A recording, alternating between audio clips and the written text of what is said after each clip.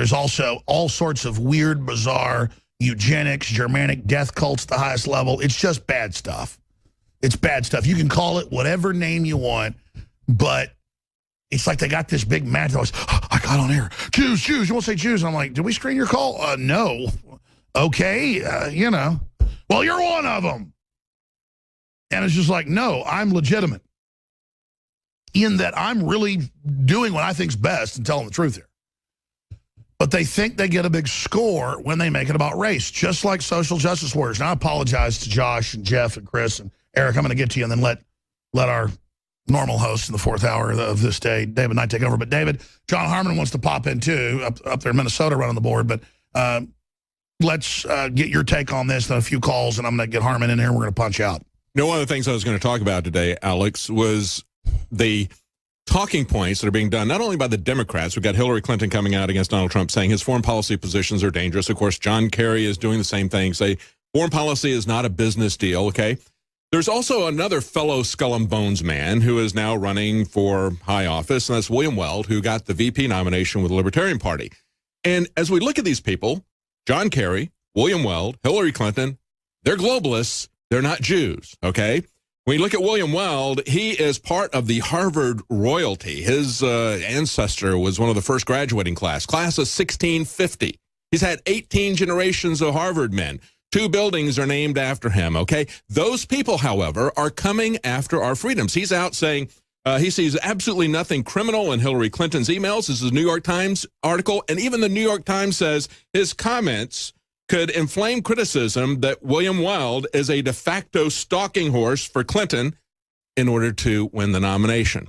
That's what we're seeing, Alex. We're seeing that if we look at what he's been saying about NAFTA, about what they've been saying about, he was actually... Yeah, the headline is globalists take over the Libertarian Party. It's happened. Yes, and that's the whole thing. We've had at and the by the way, Gary Johnson showing himself as a total sleeper cell operative. Yes, at the top of the Republican and the Democrat parties, we've mentioned so many times, it is a single party, and they are working towards globalism. They have a common goal. If you look at the elitists in the Republican Party that hate Donald Trump so much, why is it?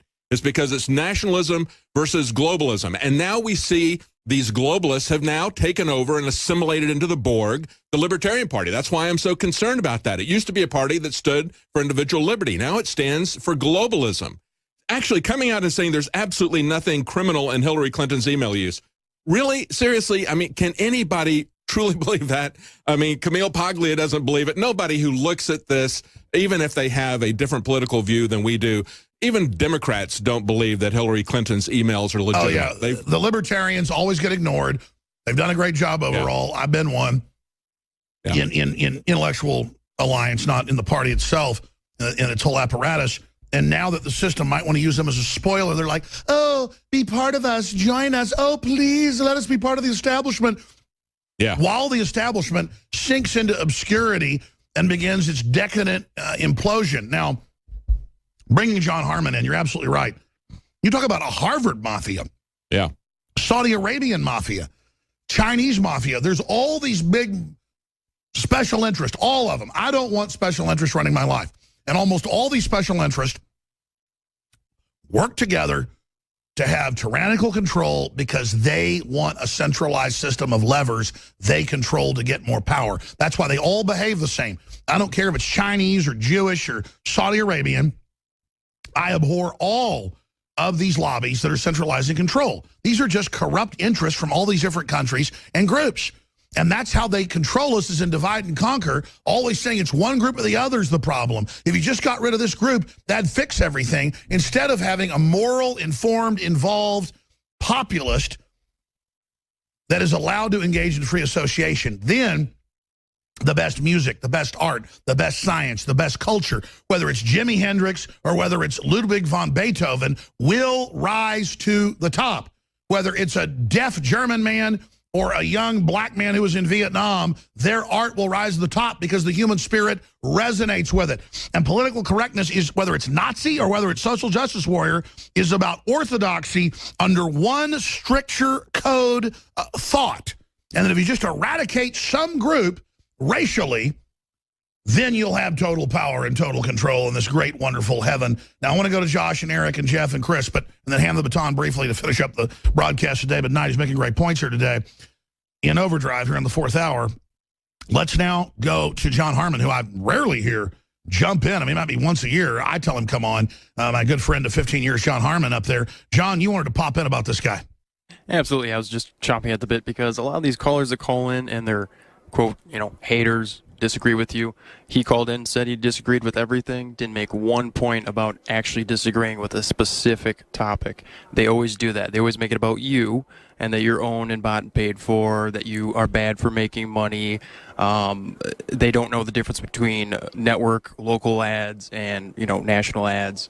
It's just, we gave him plenty of time.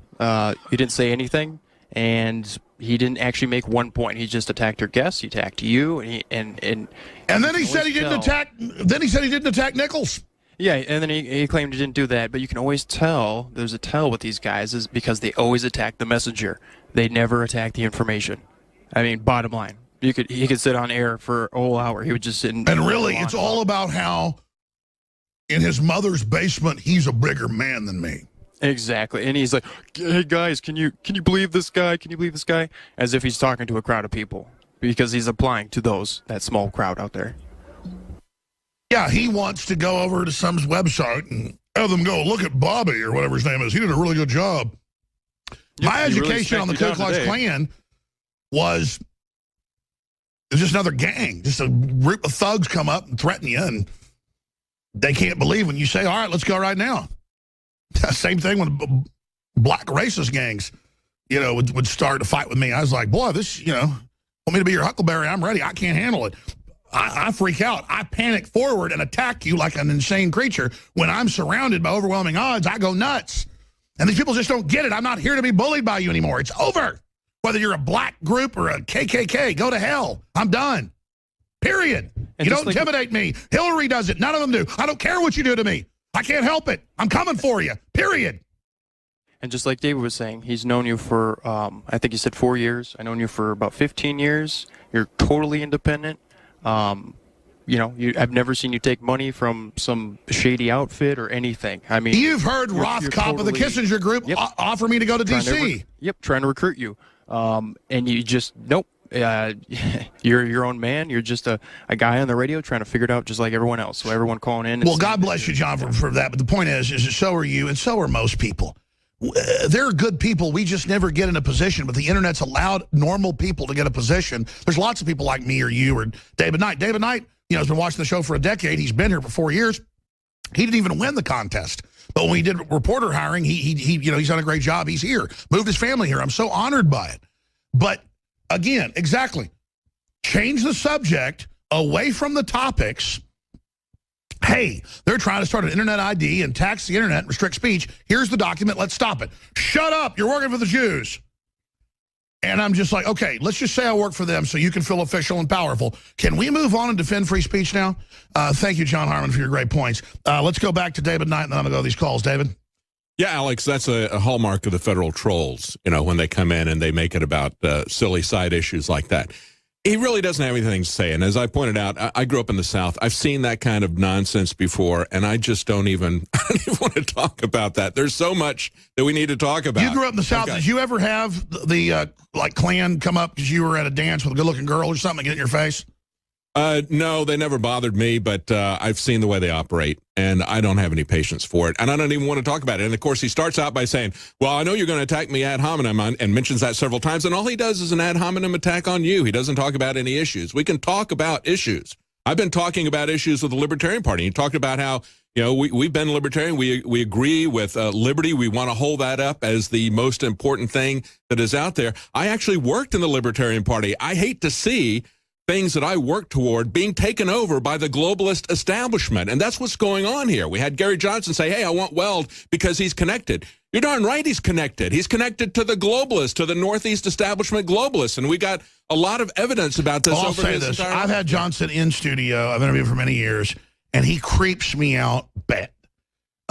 He's very robotic, very chameleon. I don't ever want Gary Johnson back on again, quite frankly, because I don't want to just get somebody on because, it's a newsmaking. I don't want to be around it.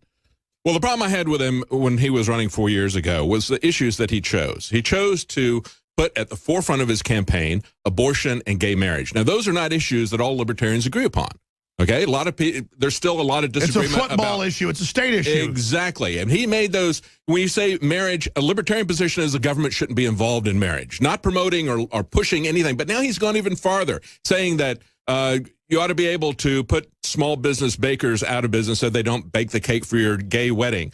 And then in the debate, they put it a different way. They said, should Nazis be able to force Jewish bakers to make a Nazi cake? Why, certainly. He has no respect for private property. He has no understanding of where you draw the line when rights collide, and he wants to use government as a coercive nature, okay? Absolutely. This is breaking, David. And again, this is going to happen as he dominates, and they're forced to do it. But Paul Ryan says he's voting for Donald Trump. Donald Trump looks like an evil toad in that photo. I don't mean that meanly. I look like a toad, too, but man, he looks like a toad. But I'm going to be watching Trump, and if he starts going sideways, folks, I'm going to, expose it, but I want to be politically there in the center covering it, not part of the system, but in the center of it, so I can surveil it all and really be able to credibly cover what's happening and unfolding with Trump. But my gut tells me Trump is overall good and a nationalist, even though he can go in the white horse direction, of a little bit of a Napoleonic issue. I don't mean because he's short. He's not short. But, he's got some problems. But he scares them in the calculus because he is a nationalist and he doesn't want to wreck the country. I mean, he just isn't out to get us. He's promoted some authoritarian ideas, that's for sure. But I believe this is about the issue of nationalism versus globalism, because if you lose the nationalism, you lose your Bill of Rights, you lose your command base, you lose your country, you're screwed because the globalists. It's like a spaceship. And the founders of this country and libertarians have always understood that the antithesis to individual liberty is state control, and it's harder to control it as it gets farther and larger. Exactly. Our whole Declaration of Independence is about that. Exactly. Let's go to Josh in Texas. Josh, you're on the air with David Knight. Go ahead. Mr. Jones, Mr. Knight, pleasure to be on air with you all. Long-time listener, first-time caller. Just to touch base real quick on the last caller, I mean, people who, try and criticize y'all for selling products and stuff, I mean, how are you supposed to fund, a huge operation like that? Are you supposed to sell dinner plates? I mean, give me a break. Well, the Nazis were National Socialists. So. Yeah, I think y'all do a great job. I really appreciate it. I know a lot Well, absolutely. I mean, I started out 21 years ago as an Access TV host, and then I have sat there and just slowly funded and ratcheted up our resistance. And notice, for the bang for the buck, we just now have stratospheric success. And so I have a responsibility. I don't want to grow this place, but I've got to. I've got to do the full resistance, or my bones won't let me do it. I mean, do people get that? I cannot back down. My gut, my heart, my spirit says, you will take on the New World Order. You will interview the guests that are dangerous. You will go out in public with no security. You will be aggressive. You will do this. And so I'm doing it. But again, we've changed the subject, not to internet censorship you're calling in about, but to Alex Jones. Okay, Alex Jones goes to Timbuktu tomorrow, okay? Or I, die in a freak ballooning accident or whatever, randomly, hypothetically. Whatever, a meteorite hits me. What about the internet censorship? What about them coming after us? Go ahead, Josh. Okay, so I just want to share a story with the audience, a story that I just got from my buddy on Tuesday a couple of days ago. And, I was completely unaware this kind of stuff was going on. I'm assuming a lot of the audiences as well. I'll just jump right in. My buddy told me that, he'd spent all day on the phone with his cable provider. Basically what he did was he downloaded a torrent file, and the cable, probably the production companies, like Sony, all these, big production companies, they tracked his IP address down to where he lives. He got an email from AT&T saying that his, service was cut off. They apparently had sent the email to an email address that wasn't associated with the account, so he had no idea his internet was just cut off. Sure. Let's go further. They're now making multinational agreements. This is all admitted. Remember, John McCain wanted to be able to blow your computer up by remote, fry it, about 10 years ago. And yeah, that's what this whole TPP that we couldn't see does. So now it's censorship, it's control. You can argue piracy's wrong. I tend to think, at certain levels it's out of control. But hey, whatever. Now they're remotely watching you. No judge, no jury. They're turning your service off. Lawyers sometimes send us letters and say, your IP downloaded this. And it turns out, we didn't. I tell the lawyer, go to hell when they ask for $10,000. But yes, this is part, I'm going to skip this break. This is so important. This is exactly what we're talking about, David, that this is here. They're launching the takeover of the internet now. Whatever arguments they have,